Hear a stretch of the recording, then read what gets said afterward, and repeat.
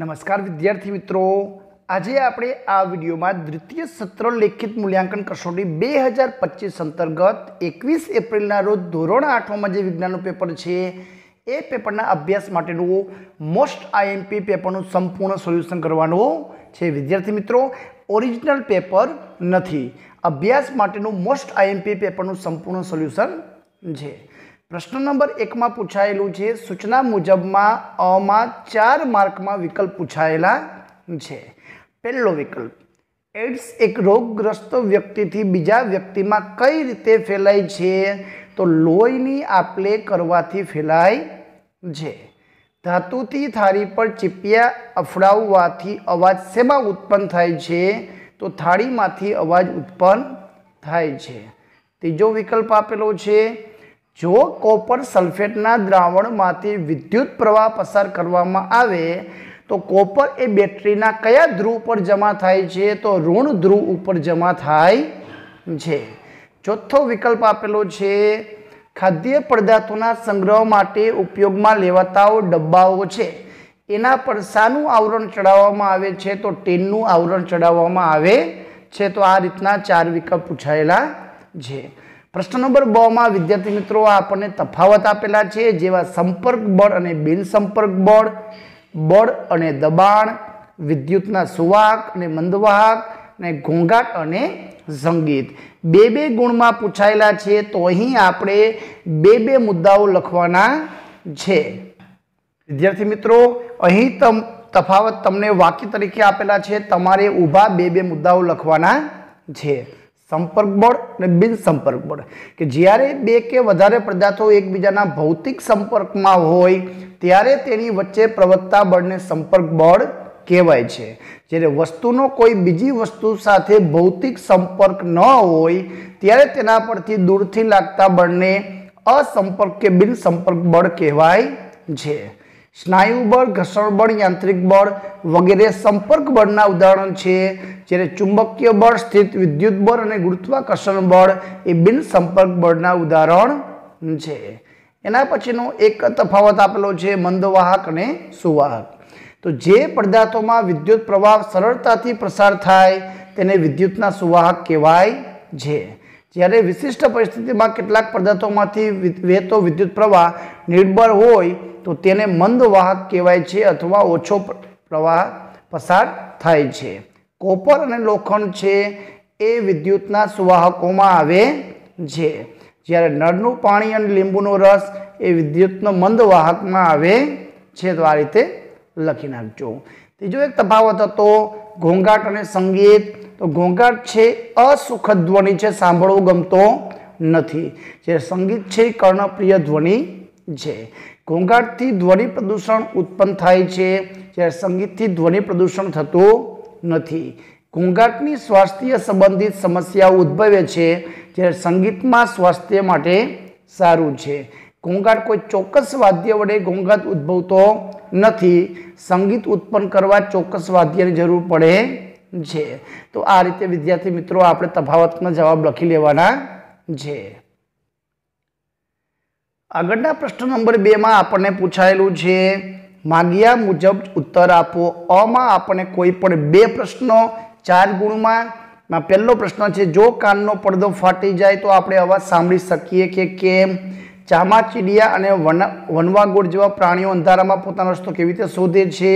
ध्वनि चीपियाने अफड़ाव्या पछी तेने काननी नजीक लई जता शुं थाय छे तेनुं अवलोकन करो। अने ब में पण आपणे विस्तृत प्रश्न 2 3 मार्क में आपेला छे कि कुल्ली भारे सामान उचकती वखते पोताना माथा पर कपड़ू गोળ વીંટાળીને મૂકે છે તે સમજાવો અને ખંભા પર લટકાવવા માટેના થેલામાં પટ્ટી ફોડી રાખવામાં આવે છે સમજાવો। ટૂંકમાં એ વૈજ્ઞાનિક કારણ આપેલા છે। તો ચાલો આપણે પ્રશ્ન નંબર 2 ના પ્રશ્નનું સોલ્યુશન કરી લઈએ। પ્રશ્ન નંબર 2 માં પહેલો પ્રશ્ન હતો, જો કાનનો પડદો ફાટી જાય તો આપણે અવાજ સાંભળી શકીએ કે કેમ? તો જવાબ આવશે, જો કાનનો પડદો ફાટી જાય तो आपणे अवाज न सांभळी शकीए कारण के काननो પડદો अवाजना तरंगोने पकड़ीने मध्य काननी हाडकीओ तरफ पहोंचाडे छे। जो પડદો फाटी जाए तो आ अवाजना तरंगो पूरती असरकारक रीते आगळ नहीं जई शके, परिणामे श्रवण क्षमता घटी जाय छे, एटला माटे अवाज संभळातो નથી। બીજો પ્રશ્ન હતો, ચામાચીડિયા અને વનવાગોળ જેવા પ્રાણીઓ અંધારામાં પોતાનો રસ્તો કેવી રીતે શોધે છે? તો જવાબ આવશે, ચામાચીડિયા અને વનવાગોળ જેવા પ્રાણીઓ અંધારામાં પોતાનો રસ્તો શોધવા માટે ખાસ પ્રકારની સંવેદનાત્મક ક્ષમતાનો ઉપયોગ કરે છે, જેને ઇકોલોકેશન કહેવામાં આવે છે। તો આ પ્રાણીઓ પોતાના મોઢામાંથી ખૂબ પાતળા અવાજોની ધ્વનિ તરંગો બહાર કાઢે છે અને આ તરંગો આસપાસની વસ્તુઓ પર અથડાઈને પાછી ફરે છે। તેના આધારે તેઓ આ અવાજના પરાવર્તનિત ચીજવસ્તુઓ, દૂરી, આકાર અને દિશા શોધી શકે છે। ત્રીજો પ્રશ્ન આપેલો છે, ધ્વનિ ચીપિયાને અફડાવ્યા પછી તેને કાનની નજીક લઈ જતા શું થાય? તો એનો છે ધ્રુજારીવાળો જે અવાજ છે એ લાંબા સમય સુધી કાનની નજીક સંભળાય છે। પ્રશ્ન બમાં આપેલો છે, નીચેના પ્રશ્નના વિસ્તૃત જવાબ આપો। પહેલો કે કુલી ભારે સામાન ઉચકતી વખતે પોતાના માથા પર કપડું ગોળ વીંટાળીને મૂકે છે, સમજાવો। તો જવાબ આવશે, કુલીઓ પોતાના માથા પર એક કપડાને ગોળ વીંટાળીને રાખીને પોતાના માથા સાથે બોજના સંપર્ક ક્ષેત્રફળને વધારી દે છે। આથી તેમના માથા પર લાગતું દબાણ ઘટી જાય છે અને તેઓ તે ભાર બોજને સરળતાથી ઉઠાવી શકે છે। આગળનો પ્રશ્ન છે કે ખંભા પર લટકાવવા માટેના ઠેલામાં પટ્ટી પહોળી રાખવામાં આવે છે, કારણ કે પાતળી પટ્ટીને બદલે પહોળી પટ્ટી વાપરવાથી ક્ષેત્રફળ વધી જાય છે। તેથી થેલાનું વજન છે મોટા ક્ષેત્રફળ લાગે છે, પરિણામે ખંભા પર દબાણ ઘટી જાય છે। તેથી ખંભા પર થેલો સહેલાઈથી ઉંચકી શકાય છે। તો આ રીતના જવાબ લખવાના છે।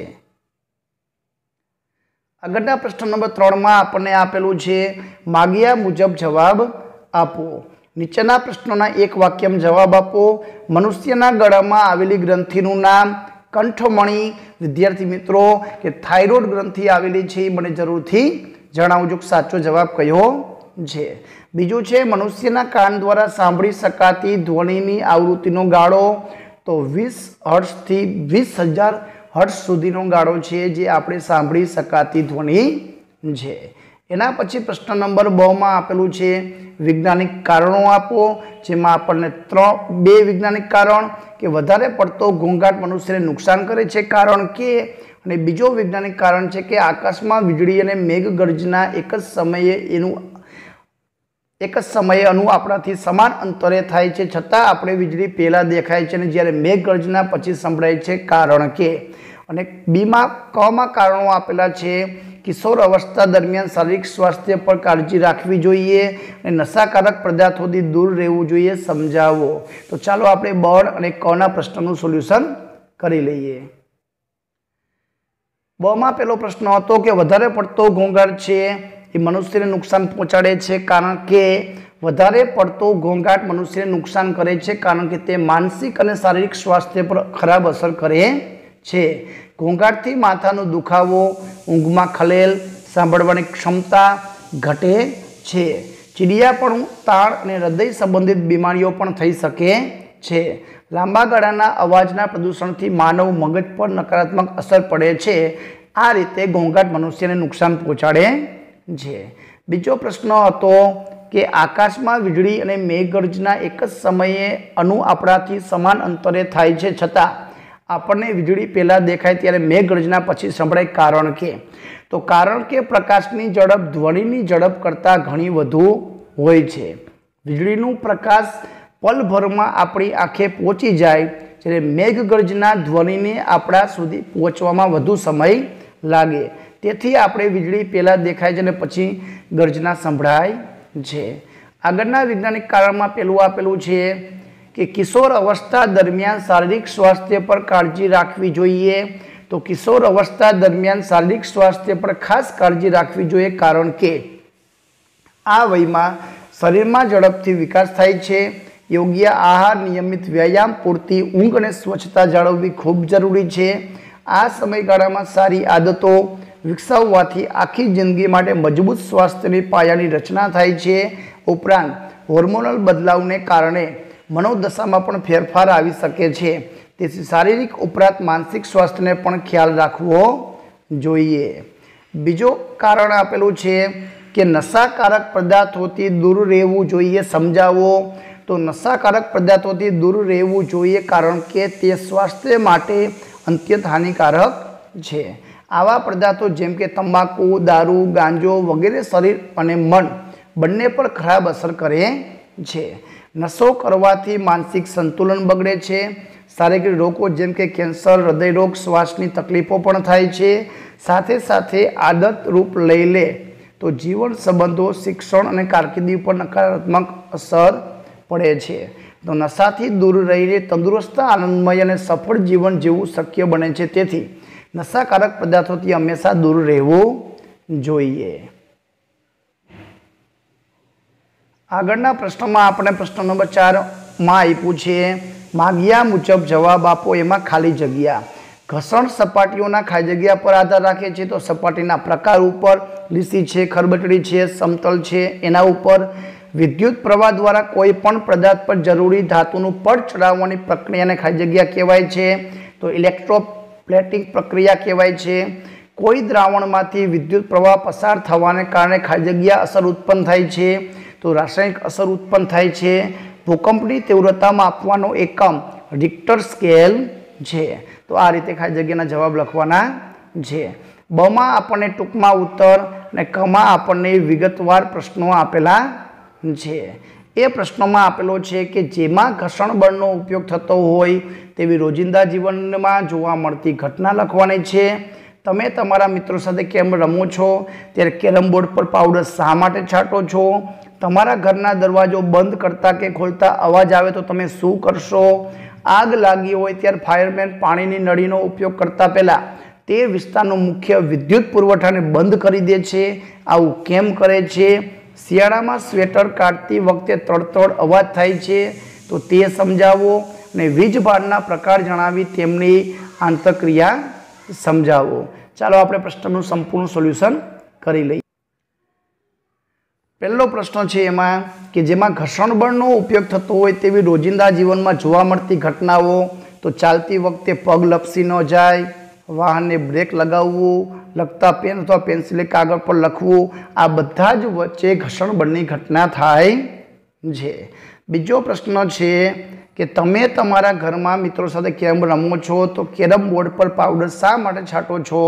તો પાવડર છાંટવાથી કેરમ બોર્ડ અને કુકડી વચ્ચેનું ઘર્ષણ ઓછું થાય છે અને ઓછા ઘર્ષણના કારણે કુકડી સરળતાથી અને ઝડપથી બોર્ડ પર સરકી શકે છે. ત્રીજો પ્રશ્ન છે તમારા ઘરમાં દરવાજો બંધ કરતા કે ખોલતા અવાજ આવે તો તમે શું કરશો?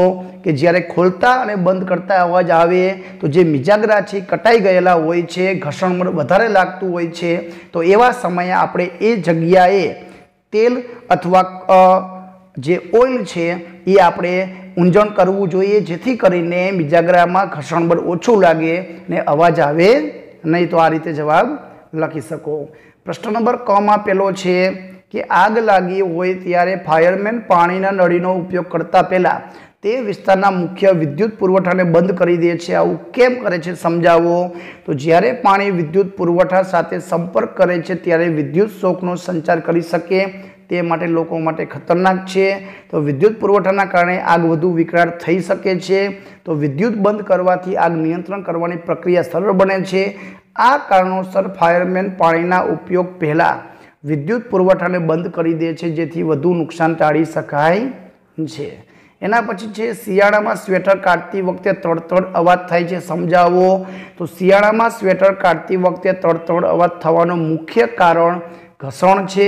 જ્યારે આપણે સ્વેટર કઢાય છે ત્યારે સ્વેટરનું કાપડ અને આપણા શરીર અથવા સ્વેટરના હાથ વચ્ચે ઘર્ષણ થાય છે.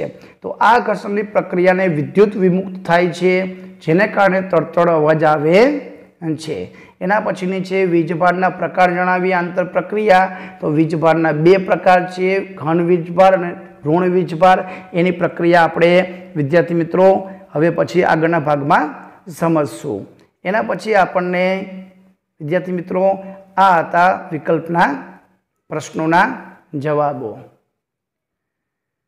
આગળ આપેલું છે પ્રશ્ન નંબર 5, માગ્યા મુજબ જવાબ આપો. ટૂંકમાં ઉત્તર છે 2 ગુણમાં, ગણતરી કરીને જવાબ લખો. એના પછી વિદ્યાર્થી મિત્રો દાખલો આપેલો છે।